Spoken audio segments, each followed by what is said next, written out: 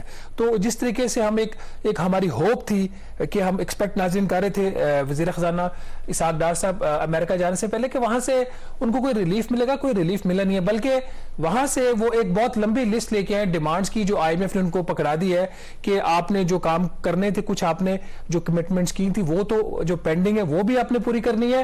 اور اس کے ساتھ جو سب سے بڑی ڈیمانڈ اسحاق ڈار صاحب سے کی گئی جب وہ امریکہ گئے تھے آئی ایم ایف کی طرف سے, کہ پاکستان کو اپنی اکانومی کا جو حجم ہے اس کے 0.75% کے برابر نئے اضافی ٹیکسز لگانے. یہ کوئی رقم بنتی ہے تقریباً 600 ارب روپے سے بھی زیادہ.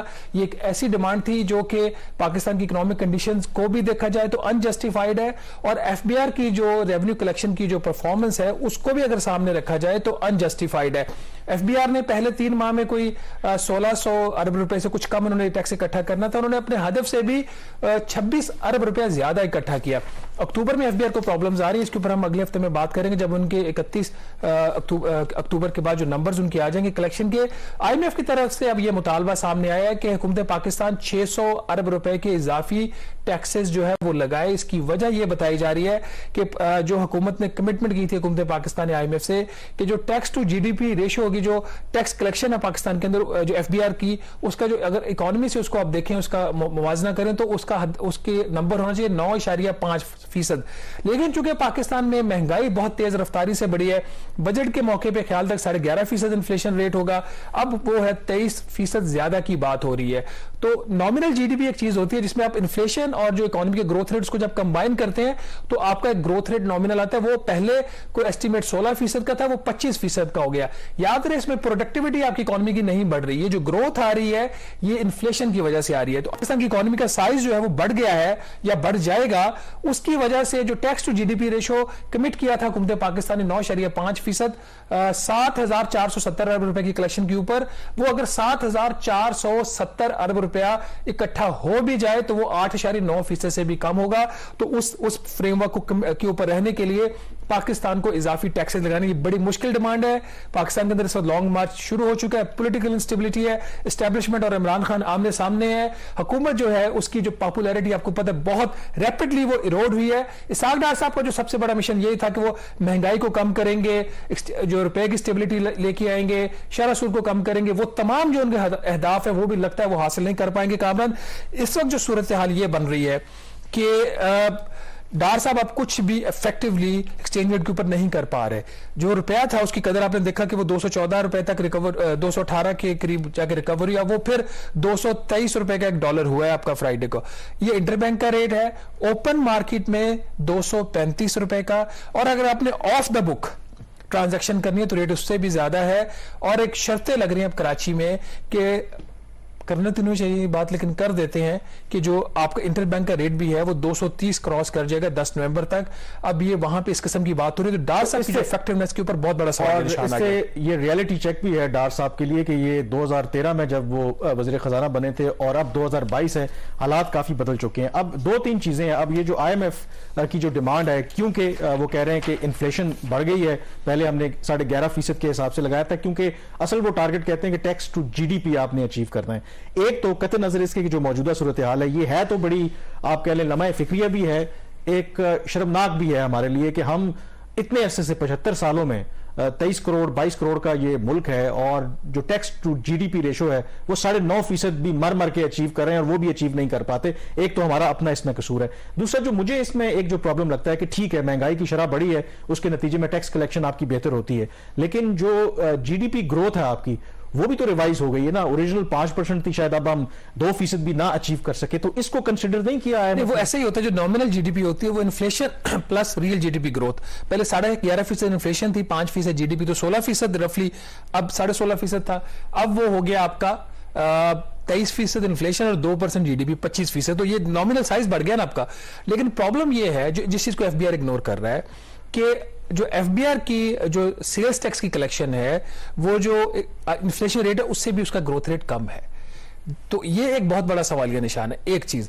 دوسرا سیلز ٹیکس اگر آپ کا ظاہر ہے اگر انفلیشن بڑھ رہی ہے تو آپ کا لیکیجز ہے نا, ایک تو لیکیجز ہے اور دوسرا اس میں ایگزامپشنز بھی کچھ دی ہوئی. اچھا اس میں ایک جو کلیئرٹی کر دیں, اگر یہ 600 ارب مزید ہمیں ٹیکس اکٹھا کرنا ہوگا تو کیا اس کا مطلب ہے کہ یہ کوئی ایڈمنسٹریٹو میجرز لینے کی بات کر رہے ہیں یا اگین وہی منی بجٹ کی بات کر رہے ہیں کہ ایڈیشنل ٹیکس لگانے کی بات کر رہے ہیں؟ اگر پاکستان مانتا ہے تو یہ 600 ارب روپے ایڈیشنل کیسے اکٹھا ہوگا؟ دیکھیں آئی ایم ایف کبھی بھی ایڈمنسٹریٹو اقدامات کو نہیں مانتا, وہ ہمیشہ پالیسی ایکشنز کی بات کرتا ہے. اور ایک بات واشنگٹن میں وہاں پہ جو ہوئی کہ انہوں نے کہا کہ آپ پیٹرولیم مصنوعات کے اوپر 17% جی ایس ٹی لگا دیں, لیکن اسحاق ڈار نے وہیں پہ اس کو امیڈیٹلی رول آؤٹ کر دیا. انہوں نے کہا جی نہیں, ہم اس کو کرنا کیسے ہے, ایک تو ایک پرنسپل انہوں نے مانا نہیں. انہوں نے کہا آپس کی بات ہے اس معاملے میں. مجھے لگتا ہے کہ آئی ایم ایف جو ہے عمران خان صاحب سے ملی, وہ چاہتے ہیں کہ یہ پہلے ہی وقت سے پہلے جو ہے نا وہ پیٹرولیم لیوی کا بھی اب 1 نومبر کو, کیونکہ پیٹرول کے اوپر جو لیوی وہ پہلے ہی 47.5 روپے فی لیٹر ہو گیا, میکسیمم 50 روپے پہ لے کے جانا, وہ جنوری میں لے کے جانا تھا, وہ نومبر میں ہو جائے گا. ڈیزل کے اوپر تقریباً 7.5 روپے فی لیٹر. اب ڈیزل کے اوپر لیوی 1 نومبر سے بڑھنی چاہیے اگر پاکستان جو ہے آئی ایم ایف کے پروگرام میں رہنا چاہتا ہے. اور بات صرف کامران یہاں تک نہیں ہے, ایک اور جو بڑا ہی سینسیٹیو ایک ایشو ہوتا ہے وہ فیول پرائس کا, اس کی آپ کی بجلی کی قیمتوں کا. بجلی کی قیمتوں کے اوپر بھی انہوں نے مطالبہ کیا کہ آپ نے جو ہم سے وعدے کیے تھے وہ پورا کریں. اس میں نظر 2-3 چیزیں اب بجلی کی قیمتوں کے اوپر جو حکومت کو کرنی پڑیں گی اگر وہ پروگرام میں رہنا چاہتی ہے, انٹل کہ آئی ایم ایف وہ آپ کو ریلیکسیشن دے دے پاکستان کو. نمبر 1 جو انہوں نے 91 پیسے فی یونٹ بجلی کی قیمت میں اضافہ 1 اکتوبر سے کرنا تھا نوٹیفائی, وہ ابھی تک نوٹیفائی نہیں ہوا. دوسرا جو فیول کاسٹ ایڈجسٹمنٹ کی کچھ چیزیں پینڈنگ پڑی ہوئی ہیں, 10 روپے فی یونٹ ایک جو ڈیفر کر دیا تھا وزیر اعظم صاحب نے, وہ گریجولی پاس آن ہونا ہے. پرائم منسٹر شہباز شریف صاحب کہہ رہے ہیں کہ 10 روپے جو ہے معاف کر دیں. وزارت خزانہ نے کہا کہ ہمارے پاس سپیس نہیں, آئی ایم ایف ناراض ہو جائے گا. اور تیسری چیز یہ کہ کوارٹرلی جو سماہی بنیادوں پر جو بجلی کی قیمتیں بڑھنی ہے جولائی سپٹمبر اور اکتوبر دسمبر کے کوارٹر کے لیے, اس کی بھی چیزیں پینڈنگ پڑی ہوئی ہیں. اور لاسٹلی آئی ایم ایف نے اینٹی کرپشن کے فریم ورک کی بھی بات کی ہے, اور آئی ایم ایف کا یہ کہنا ہے کہ حکومت پاکستان نے کمٹمنٹ کی ہوئی ہے کہ جنوری 2023 تک اینٹی کرپشن ٹاسک فورس بنے گی اور اپنی ایک رپورٹ دے گی کہ جو نیب کے قانون میں ترمیم ہوئی تھی, ان ترامیم کے بعد جو پاکستان کا اینٹی کرپشن فریم ورک ہے وہ ٹھیک ہے, اس کے اوپر وہ ایک صحیح جو ہے وہ ٹاسک فورس اس کو بتائے گی کہ واقعی اس میں کچھ کمی بیشی ہے, ابھی بھی یہ بہترین قانون ہے. تو اس کے حوالے سے بھی ٹاسک فورس جو ہے وہ نوٹیفائی نہیں ہوئی.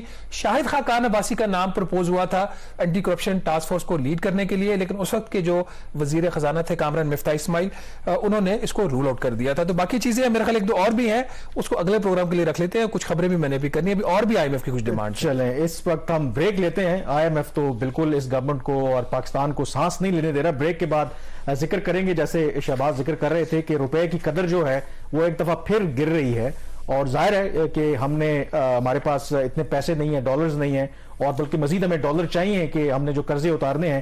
تو پاکستان کیسے کوشش کر رہا ہے کہ کسی طریقے سے اس سارے مسئلے سے پتلی گلی سے نکل جائے, کچھ دوستوں کی مدد لے. بریک کے بعد اس پہ بات کریں گے.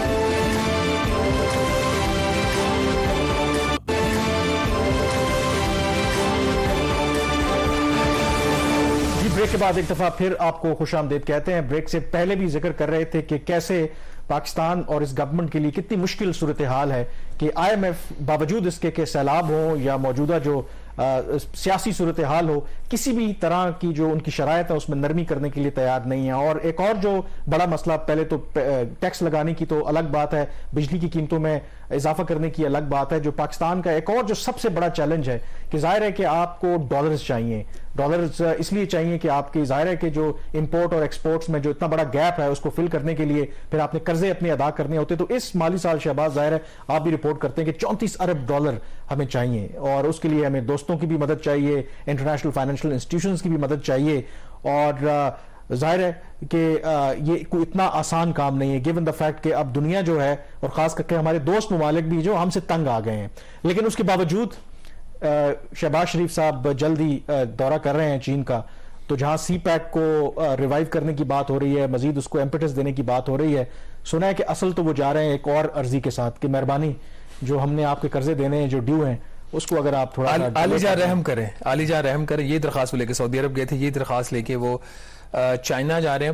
صورتحال اس وقت یہ ہے کہ سیلاب سے پہلے بھی پاکستان کو 34 ارب ڈالر کا ہم نے بتایا کہ سال چاہیے. 21-22 ارب ڈالر قرضوں میں واپس کرنا ہے, باقی کرنٹ اکاؤنٹ کا خسارہ اس کو پورا کرنے کے لیے. ابھی جو کل رپورٹ آئی ہے اس کی post disaster and need assessment کی, اس میں 16 ارب ڈالر کا مزید تخمینہ بتایا کہ جو پاکستان کو ریکنسٹرکشن اینڈ ریہیبلیٹیشن کے لیے چاہیے. 16 ارب ڈالر فوری طور پہ سال میں تو نہیں چاہیے, بٹ کچھ تو اس میں اس سال کے لیے بھی چاہیے ہوگا. تو آپ کی ریکوائرمنٹس کافی بڑھ گئی ہیں. اس صورتحال کے اندر ریزروز جو ہیں وہ نہیں بڑھ رہے. جو پچھلے ابھی اس ہفتے جو نمبر دیا اسٹیٹ بینک آف پاکستان نے 7.4 ارب ڈالر کے آپ کے غیر ملکی زر مبادلہ کے ذخائر ہیں. اس میں 1.5 ارب ڈالر شامل نہیں تھا, اگر وہ ڈال بھی لیں تو 9 ارب ڈالر ہو جائے گا. بٹ اس 9 کے اندر بھی کتنی ری پیمنٹس ہوتی ہیں, کیونکہ پچھلے ہفتے ایک 200 ملین ڈالر کی گلف کمرشل بینک تھی گلف کنٹری کی, اس کا ہم نے 200 ملین ڈالر واپس, اس طرح کچھ چھوٹی موٹی پیمنٹس ہوتی رہتی ہیں. تو افیکٹولی میں ایکسپیکٹ کروں کہ اگلے ہفتے جب نمبر آئے گا کوئی 8.5 ارب ڈالر 8.25 ارب ڈالر سے زیادہ کا اس کا امپیکٹ نہیں ہوگا, اور وہ بھی پھر آہستہ آہستہ کم ہونا شروع ہو جائے گا. اب یہ جو ساری صورتحال تھی 34 ارب ڈالر میں سے ابھی تک ہم نے رینج کتنا کر لیا ہے, 2.2 بلین ڈالر کے پہلے 3 ماہ میں قرضے آئے تھے جس میں IMF کا بھی شامل تھا. 1.5 ارب ڈالر یہ آ گیا ہے, اور کوئی 3 ارب ڈالر جو سعودی عرب کو ہم نے واپس کرنا تھا دسمبر میں وہ رول اوور ہو گیا ہے. تو ہارڈلی 7 ارب ڈالر کا 34 میں سے 7 ارب ڈالر کا بھی انتظام ہوا ہے. اب صورتحال یہ ہے کہ صرف چین کا پاکستان نے اس سال جو واپس کرنا ہے قرضہ ابھی کچھ 7.25 ارب ڈالر ہے. اس کے اندر 3.3 ارب ڈالر کے ان کے کمرشل قرضے ہیں, 3 ارب ڈالر کا ان کا سیف ڈپازٹ ہے. ویسے تو ٹوٹل سیف ڈپازٹ 4 ارب ڈالر کا, 1 ارب جولائی میں رول اوور ہو گیا تھا, 2 ارب ڈالر ہم نے مارچ میں واپس کرنا ہے, 500 ملین ڈالر مئی میں اور 500 ملین ڈالر جون میں, تو اس مالی سال میں وہ فال کرتا ہے. تو یہ ہو گیا 6.3 ارب ڈالر. 900 ملین ڈالر ان کا ہم نے واپس کرنا ہے بائیلیٹرل جو پروجیکٹ فائنینسنگ میں ہے. تو کچھ 7.25 ارب ڈالر چائنا کا پاکستان نے اس سال واپس کرنا ہے. تو ابھی حکومت پاکستان کی 2 میجر اس کے اندر جو ان کی ہے وہ کوشش ہے اس وقت ناظرین کہ جب 1 نومبر کو وزیر اعظم شہباز شریف صاحب چائنا جائیں گے, ایک طرف تو پاکستان رول اوور مانگے گا جو موجودہ قرضے ہم نے ان کے واپس کرنے جو اسی سال میں میچور ہو رہے ہیں, اور اس دفعہ نہ صرف پاکستان یہ چاہ رہا ہے کہ ان کو ری شیڈول کر دیا جائے, اس کے ساتھ اس کی جو ٹرم ہے جو پیریڈ ہے اس کو ری پیمنٹ کا, بجائے کہ ہم سیف ڈپازٹ ہر سال اس کا رول اوور ہے. حکومت پاکستان اب اس درخواست کے ساتھ جاری ہے کہ یہ جو قرضہ واپس کر رہے 3 سے 5 سال کا, اس میں ہمیں ایک گریس پیریڈ دے دیا جائے تاکہ ہر سال آپ کو یہ آپ کے اوپر دباؤ نہ ہو. تو دوسرا کمرشل کے حوالے سے بھی یہی دوسری جو حکومت کرنا چاہ رہی ہے کہ بجائے ہم پہلے جو چین اور پاکستان کے کمرشل قرضے ہیں ان کا طریقہ کار یہ ہے کہ جب کوئی کمرشل قرضہ میچور ہو جاتا ہے تو حکومت پاکستان اس کو واپس کرتی ہے, پھر چین کا جو وہ جس بینک کو واپس کیا جاتا ہے وہی بینک دوبارہ اتنے ہی پیسے حکومت پاکستان کو دوبارہ دے دیتی ہے. لیکن اس کے درمیان کوئی 1 سے 2 ماہ کا وقت لگ جاتا ہے. اس دفعہ تو 3 ماہ کا وقت لگ گیا تھا, جب مارچ میں ہم نے 2.3 ارب ڈالر واپس کیا, وہ جا کے ہمیں جون میں ملا تھا.